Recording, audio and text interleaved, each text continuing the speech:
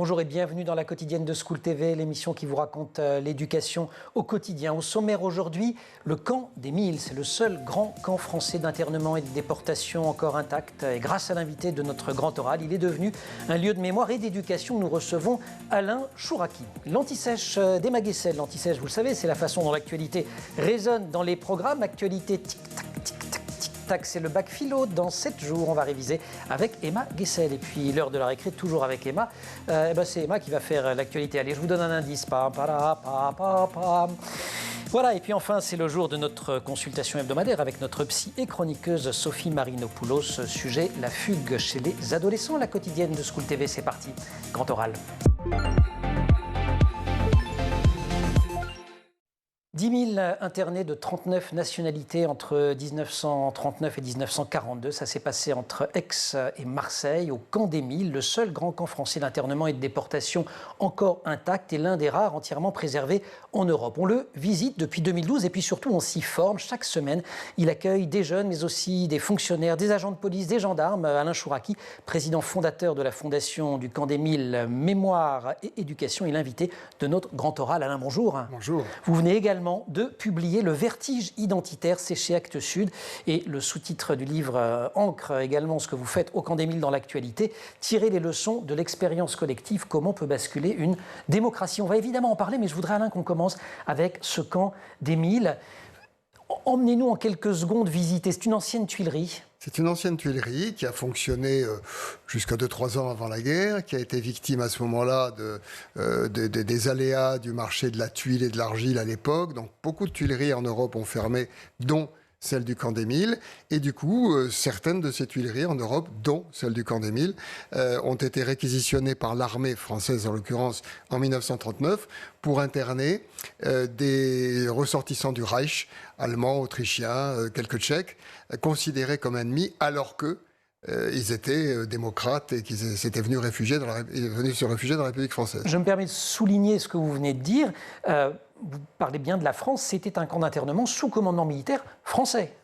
Français, d'ailleurs, toute l'histoire du camp des Milles est une histoire française, franco-française je dirais, puisqu'il n'y a jamais eu un uniforme allemand au moment du camp. C'est une des raisons d'ailleurs pour lesquelles nous avons mis tant de temps à faire émerger ce projet, c'est que la France n'avait pas très envie de regarder ce morceau de son histoire. Oui, et c'est aussi une des raisons pour lesquelles nous avons pris en main, au bout de 10 ans, 15 ans de bagarre, en vain, nous avons pris en main le projet. Et que, du coup, c'est une fondation et pas les pouvoirs publics qui ont la main sur ce lieu. Donc, ce n'était pas du tout notre intention, mais enfin, c'est ainsi.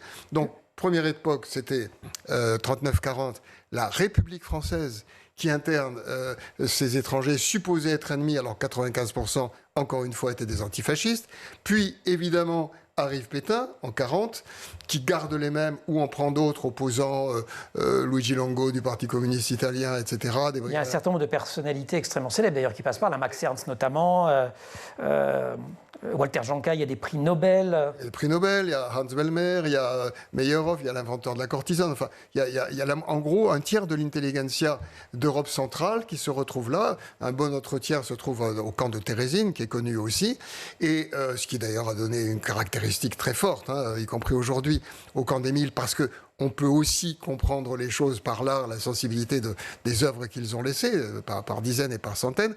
Donc, en 40, Pétain garde les mêmes et en ajoute d'autres. Et en 42, été 42, dans la suite du Veldiv, mais le Veldiv, c'était dans la zone occupée. Juillet 42. Juillet 42, dans la foulée, août-septembre, les grandes rafles du Sud, en zone libre, et Pétain envoie 10 000 juifs, dont 2 000 des Milles, vers Auschwitz. Avec certains épisodes, il y en a un qui a été rendu un peu célèbre par le cinéma, Le Train des Milles, dans un film qui s'appelle d'ailleurs Les Milles. Cette tuilerie qui est tout à fait vétuste, ce sont des conditions d'internement terribles. Vermine, maladie, promiscuité. Oui, et progressivement de plus en plus dur. Voilà. C'est vrai qu'en 39-40, c'était un camp d'internement pas très agréable, un entassement, 3500 personnes. Bon, effectivement, pas mal Et plus ça avance, et plus ça devient absolument inhumain. Voilà. On le visite seulement depuis 2012, et c'est un long combat que vous avez mené. Oui, effectivement, je n'étais pas seul, évidemment. Il y avait surtout, je dirais, d'anciens internés et résistants, non pas du camp des Milles, on n'en connaissait pas, mais de la région, qui en 1982 nous avons appris, en même temps que le risque de destruction d'une partie de la Tuilerie, la partie justement où il y avait des peintures murales, on a appris l'existence même du camp des Milles. C'était tellement caché, occulté, que voilà, on l'ignorait même. Existence que vous connaissiez et pour cause, puisque votre père, Sidney, il était passé par ce camp des Milles. Non, il n'est pas passé par ce camp des Milles. Non, pas du tout. Il a fait partie des résistants qui...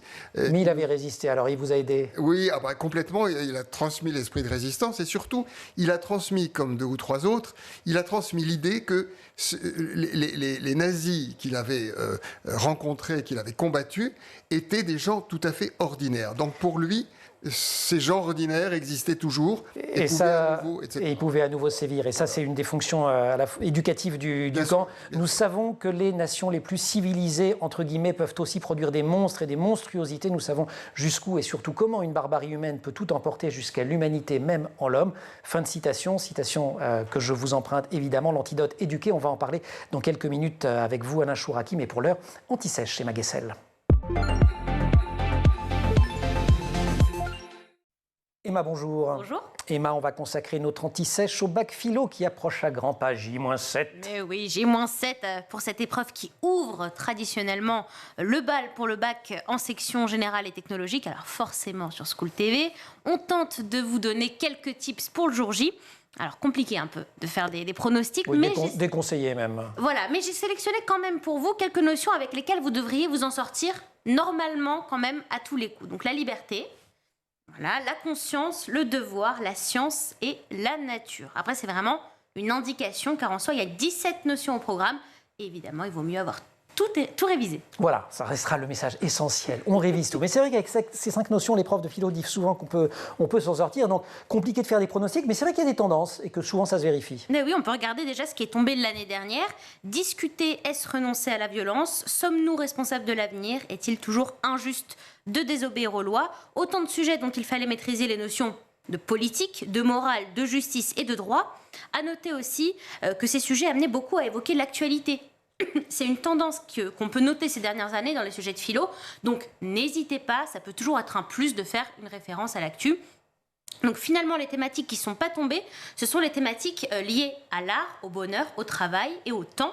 Donc peut-être, qui sait, que ça tombera cette année. Qui sait. Et puis alors, il y a aussi des sujets qui appellent à mobiliser plusieurs notions en même temps, les sujets transversaux, c'est ça? Exactement, sujets transversaux. Donc dans le sujet de philo, discuter, est-ce renoncer à la violence de l'année dernière, on évoque autant le langage que la justice ou encore la raison. Donc encore une fois, n'hésitez pas à mobiliser toutes vos connaissances et à mêler les différentes notions que vous avez apprises. Pareil pour les auteurs. Et surtout, lorsque vous choisissez votre sujet parmi les 3 proposés, le plus important, s'il vous plaît, c'est de prendre le temps de définir les différents termes du sujet. S'il vous plaît, sinon Emma va pas être contente du tout, elle vous en supplie. Les professeurs que j'ai interrogés vraiment m'ont dit c'est sur ça qu'il faut vraiment insister. Donc vous avez 4 heures, c'est pas mal, ne vous précipitez pas sur la rédaction, prenez vraiment ce temps, ça vous évitera de faire un hors-sujet. C'est vraiment la partie la plus importante du devoir, car c'est à partir de cette définition que vous allez pouvoir trouver votre plan. Donc, s'il vous plaît, vous isolez les termes du sujet. Mais après, qu'est-ce qu'on fait?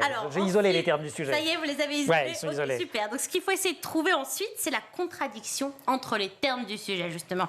Un sujet de philo doit questionner. Si on reprend le sujet discuter, est-ce renoncer à la violence? Il y a une contradiction entre les termes discuter et violence et renoncer. Et ben c'est par là justement qu'il faut chercher. Est-ce qu'il y a d'autres moyens de faire remarquer sa copie? Évoquer l'actu déjà, ça peut être un bon moyen de vous démarquer. Autre type, c'est essayer de maîtriser une poignée de citations de différents auteurs. Ça fait toujours bien de glisser une petite citation dans sa copie. Ah, voilà, bien sûr, à bon escient. Et puis, un très bon moyen de vous démarquer, c'est de miser sur votre intro. Les premières lignes même, l'accroche.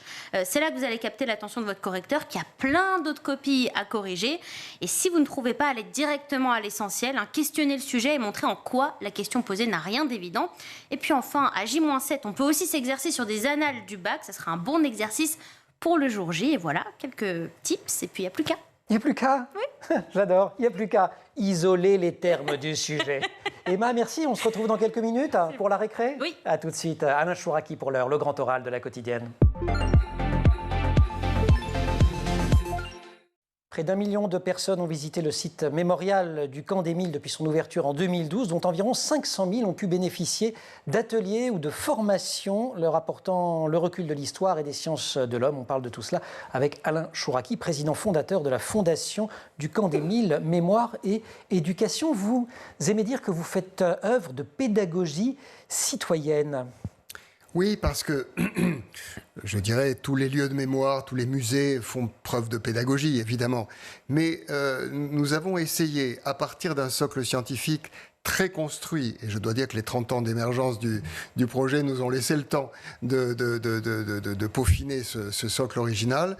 À partir de cela, nous orientons vraiment vers la compréhension des mécanismes qui peuvent détruire la citoyenneté, détruire la démocratie, ou en tout cas l'affaiblir considérablement, à partir des leçons de l'histoire. C'est vraiment l'essentiel. Et du coup, nous avons... Et donc les ateliers sont centrés là-dessus, en fait. Alors, ça amène à comprendre ça. Il y a déjà la visite, qui, bien sûr, en plus de ce qu'on trouve dans tous les mémoriaux, c'est-à-dire les lieux et l'histoire, compliquée, ajoute une section, une partie qui n'existe nulle part dans un lieu de mémoire, qui est une partie de prise de recul pluridisciplinaire, sociologique, psychologique, politiste, philosophique, sur l'histoire et pas dans l'histoire, pour appréhender comment faire pour que plus jamais ça, et pas seulement réagir. On n'est pas juste dans le témoignage. On n'est pas juste en fait, c'est votre dans l'indignation. Voilà. Plus jamais. En fait, c'est le titre même de cette fondation, c'est Mémoire et Éducation. Donc il y a le travail mémoriel et on n'oublie jamais le versant éducation. Depuis le début, et notamment les anciens que j'évoquais tout à l'heure, ne tenaient pas à ce qu'on se souvienne de leur histoire. D'ailleurs, l'histoire des camps d'Émile n'est pas leur histoire. Ça recommence pas. Ils voudraient que ça recommence pas, évidemment. Et pour cela, donner les clés de prévention, en quelque sorte. Et c'est à cela qu'on a travaillé pendant 30 ans. Pour ce qui est des ateliers et des formations, vous ciblez des publics particuliers? Oui. Alors, en priorité, les jeunes, évidemment. Bon, d'où, vous l'avez dit, les 500 000 jeunes qui visitent font aussi des ateliers automatiquement et pas seulement des visites. Bon, et ils viennent de toute la France, c'est important. Deuxièmement, parmi ces jeunes, priorité absolue aux jeunes qui viennent des quartiers difficiles, de la région, mais aussi de la Seine-Saint-Denis, de Lille, de Grenoble, on a toutes sortes de partenariats. Très important, parce qu'on les croit, et c'est vrai, sur une autre planète culturelle et sociale, eux comme d'autres jeunes d'ailleurs, peut-être plus, mais lorsqu'ils arrivent et que nous savons leur parler de l'effet de groupe, de la passivité, de la soumission aveugle à l'autorité du petit chef, ils comprennent que ça les concerne. Et ça ouvre les huîtres, comme disait. Protection judiciaire de la jeunesse aussi. Voilà, et beaucoup d'encadrants aussi. Beaucoup d'encadrants. Des policiers, des responsables d'associations, des enseignants, des pompiers, des sportifs. Vous êtes également confrontés à la concurrence mémorielle, mais ça, vous l'absorbez complètement. Vous ne parlez pas seulement de l'extermination des Juifs et des Tziganes. Oui, c'était que l'idée de base était de dire, au fond, est-ce que la Shoah ne parle que d'elle-même, comme un événement extraordinaire, unique? Oui, il est extraordinaire, il est unique, comme tout événement important ou essentiel. Mais est-ce qu'elle ne parle que d'elle-même ou est-ce que la Shoah dit des choses sur les fonctionnements humains en général, auquel cas elle dit aussi des choses sur aujourd'hui? Bon. Et ça, c'est le choix que vous avez fait. C'est le choix qu'on a fait.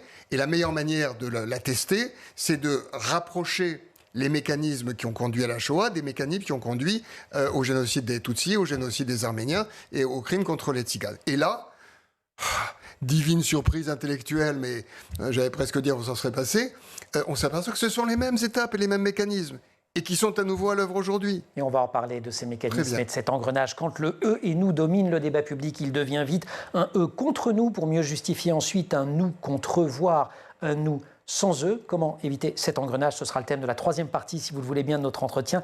Alain Chouraki, comme tout ça est bien lourd, on va faire une petite respiration avant, ça vous va? Allez, c'est la récré. On retrouve Emma. Très bien.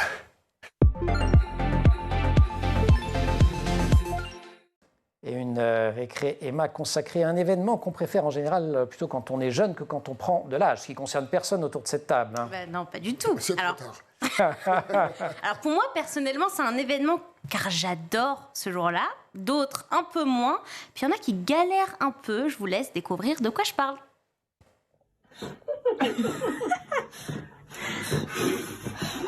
Ouais.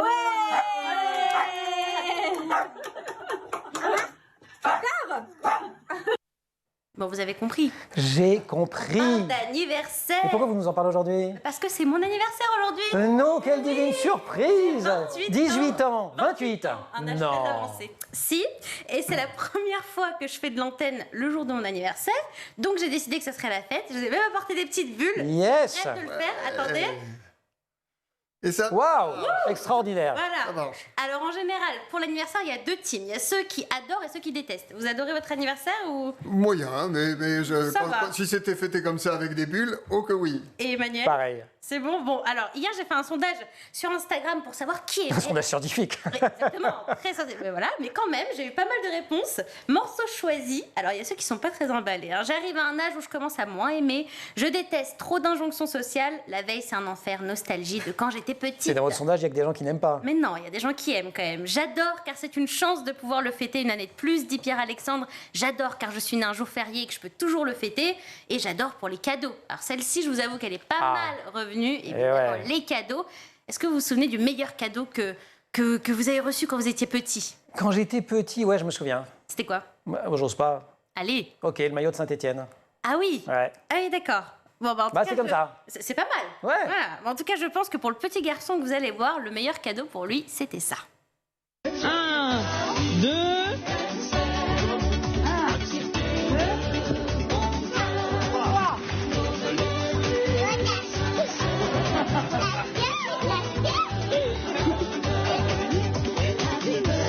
Il est quelle couleur?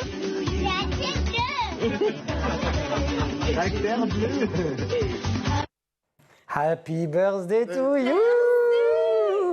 Merci. Hein, qu'il est beau. Ah, je le penche. Il est tout petit en plus. Ah oui, tout Ça petit. tombe bien, on est trois. Mais voilà, super. Happy birthday, on savait en fait. Ça va être juste pour... Allez, Merci. on va le mettre là. Génial. Trop bien. Fête d'anniversaire ou pas fête d'anniversaire pour son enfant, il y en a qui n'aiment pas ça. Mais non, mais le Vous tout... aimez, rassurez-moi là, J'adore. parce que... Moi, j'adore, je suis Ok, prête. super, Ouais, voilà. on y va. Mais alors, pour les fêtes d'anniversaire, le tout, c'est de pas forcer son enfant. Parce que faire une fête, évidemment, ça peut être très chouette.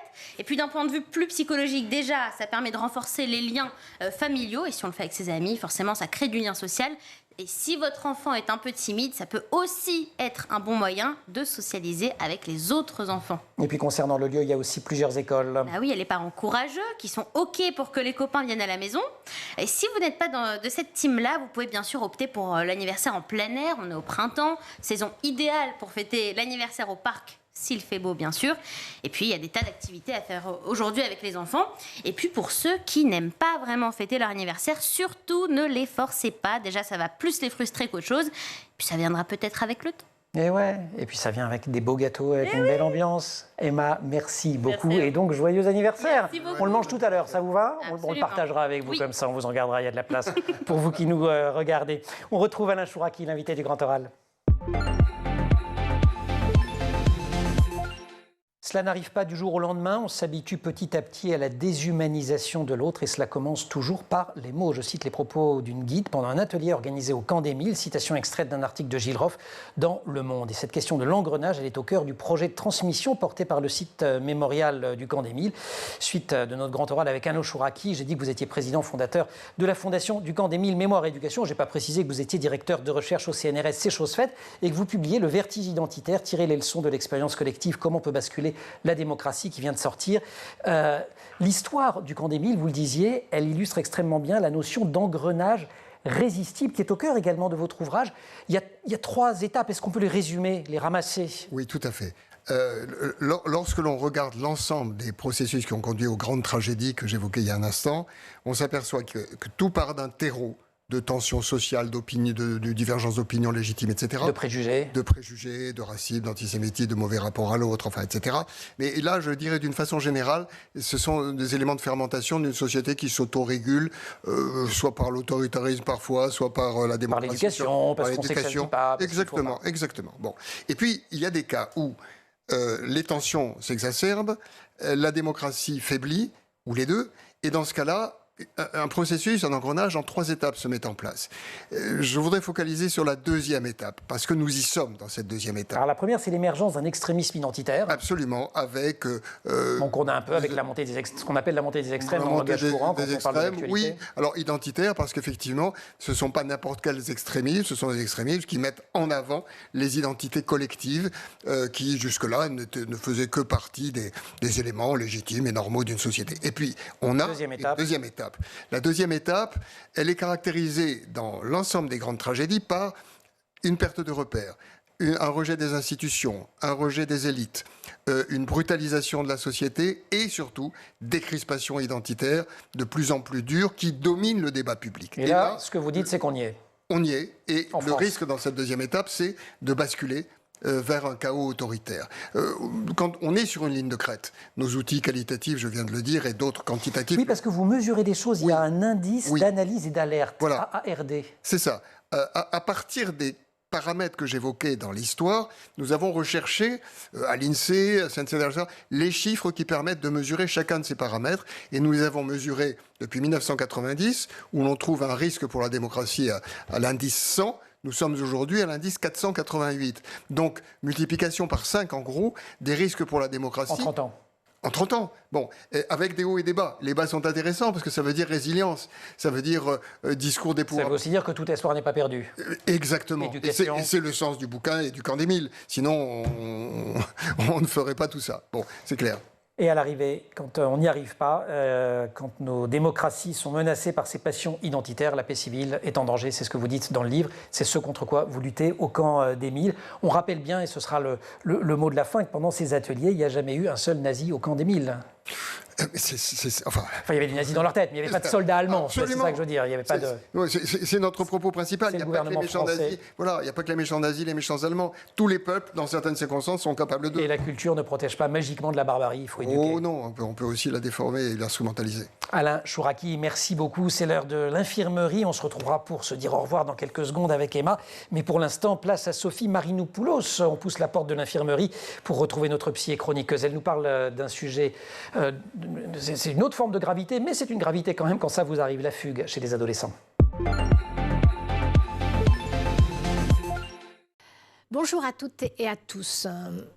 Aujourd'hui, le sujet de la fugue, il faut en parler, même si c'est un sujet difficile parce que c'est un sujet qui inquiète les parents, quand ça commence à être un petit peu tendu. Et il est vrai que la fugue concerne des adolescents très jeunes. C'est plutôt les 12, 13, 14 ans. Voilà, dans le début des modifications, des transformations, dans le moment où on n'est pas bien avec soi-même, on n'est bien nulle part, ni chez soi, ni en dehors, on ne sait pas ce qu'on veut, on ne sait pas avec qui on est bien. Donc ça concerne les très jeunes adolescents. Et c'est le moment où finalement, ils n'arrivent pas à sortir de ce mal-être, ils n'arrivent même plus à penser ce qui est bon pour eux, ce qui fait qu'ils vont passer à l'acte. C'est un passage à l'acte. Le passage à l'acte, c'est « je ne pense pas, je ne peux pas penser ce dont j'ai besoin, j'acte ». C'est de l'agir. Et donc, ils s'en vont. Ils ne savent même pas vraiment, ils vont marcher, ils ne vont jamais très très loin. Parce qu'au final, ils sont encore jeunes, le fait de partir... d'être dans une déambulation va les calmer et ils vont se diriger vers des espaces en général qu'ils connaissent. Donc on va les retrouver chez des amis, chez un membre de la famille que l'on connaît. Voilà, ils sont dans un environnement relativement proche. Ce sont des fugues qui se terminent par des retrouvailles. Mais il n'empêche que c'est des moments difficiles, ce sont des moments difficiles pour toute la famille et bien entendu pour les parents. Alors il y a des signes avant-coureurs. Très souvent, finalement, quand on rembobine un peu l'histoire, quand on essaye de regarder qu'est-ce qui s'est passé avant, il y a les parents, parce que c'est ce qu'ils font le temps où l'enfant n'est pas là, eh bien ils se disent « Ah mais oui, ça faisait déjà un moment que c'était le clash systématique. Ça faisait un moment... qu'on n'arrivait plus à lui parler. Ça faisait un moment que tout était colère, tout était excessif. Ces signes avant-coureurs, c'est ces ruptures que vous pouvez mesurer dans vos vies de parents, dans vos vies familiales. Vous vous rendez compte que il y a vraiment quelque chose de l'insupportable qui surgit immédiatement. Ça, ce sont des signes avant-coureurs. Il faut les prendre en compte. Il faut dialoguer à ce moment-là avec l'enfant. Il ne faut pas laisser l'agir prendre le dessus sur la pensée et sur les paroles. Ce qu'on dit souvent, parler pour ne pas taper. C'est-à-dire parler pour ne pas être dans l'agir. C'est valable pour toute situation de violence et la fugue est une situation de violence. Pour les parents, c'est d'autant plus violent qu'il y a 2 sentiments terribles qui les envahissent. C'est la culpabilité. Qu'est-ce que j'ai mal fait? Qu'est-ce qui fait qu'il ne veut plus être avec moi? Qui véritablement les envahit. Et puis, il y a l'impuissance. Ce sentiment de qu'est-ce que je peux faire? Où est-ce que je cherche? Comment je le retrouve? Et face à ces 2 sentiments, c'est très important pour le parent aussi de faire appel à la police quand l'enfant n'est pas rentré au bout d'1 heure, 2 heures, ne pas trop attendre. Parce que c'est d'abord ne pas être seul. C'est aussi rappeler que c'est pas rien le passage à l'acte. C'est pas rien de ne pas avoir trouvé d'autre solution que de fuir. Et donc c'est une manière de prendre en compte sérieusement la situation, cette manifestation, ce symptôme de souffrance et de douleur de l'adolescent. Et il le saura. Que vous, parents, vous avez pensé à lui et que vous avez tout fait pour le retrouver. Et puis ensuite, quand l'enfant rentre à la maison, quand il est de retour, c'est pas l'heure des disputes, c'est pas l'heure des reproches, c'est l'heure des mots, c'est l'heure de la compréhension, c'est l'heure d'être ensemble pour justement apaiser cette situation qui n'a pas trouvé les mots pour se dire. Donc tout l'objectif, finalement, c'est de prendre du temps ensemble et puis ensemble trouver pour que chacun se sente au mieux dans la famille avec cette période d'adolescence qui en effet est un bouleversement. Sophie Marinopoulos, notre psy et chroniqueuse. L'émission touche à sa fin. Emma, merci beaucoup. Bon anniversaire. Je ne sais pas si on a pensé à vous le dire. Si, vous me Si, quand même, on vous l'a dit. J'accepte que vous me le disiez encore. Super. Happy birthday. Alain Chouraki, merci de nous avoir rendu visite. On était très heureux de vous recevoir ici. Il y a une expo en ce moment, Comment l'extrémisme veut tromper le peuple. Oui, sur la propagande, où l'on montre bien que la propagande n'a pas pour seul but de convaincre, mais aussi de brouiller les repères pour empêcher les réactions. Et ça, c'est jusqu'au 30 juin 2022. Et on rappelle, si on n'est pas dans la région d'Aix-Marseille, puisque là, on est tout près du Camp des Milles, qu'il est à quelques minutes à peine de la gare TGV. Donc, oui, tout à fait. 3 heures. Si on vient de Paris ou de Lyon ou de je ne sais où, c'est vraiment pas très compliqué d'accès. Et puis Le Vertige identitaire que vous venez de publier, c'est chez Actes Sud, sous-titre « Tirer les leçons de l'expérience collective. Comment peut basculer une démocratie ?» Merci 1000 fois de nous avoir rendu visite. Merci aussi, bien évidemment, à toute l'équipe de La Quotidienne, au maquillage Colline Hamel, à la préparation de l'émission Marine Plantec, assistée par Charles Fontaine, et puis au son en régie Héloïse Merlin, à la réalisation Raphaël Morel. Venez, il y a de quoi faire. Il faut que vous veniez, toute l'équipe, là. Voilà. Et puis vous qui nous regardez, vous, non, allez, bon, on vous en garde un petit bout au frais. Merci à toutes et à tous. Vous restez sur School TV pendant qu'on se régale et vous nous retrouvez en permanence sur Internet et sur les réseaux sociaux.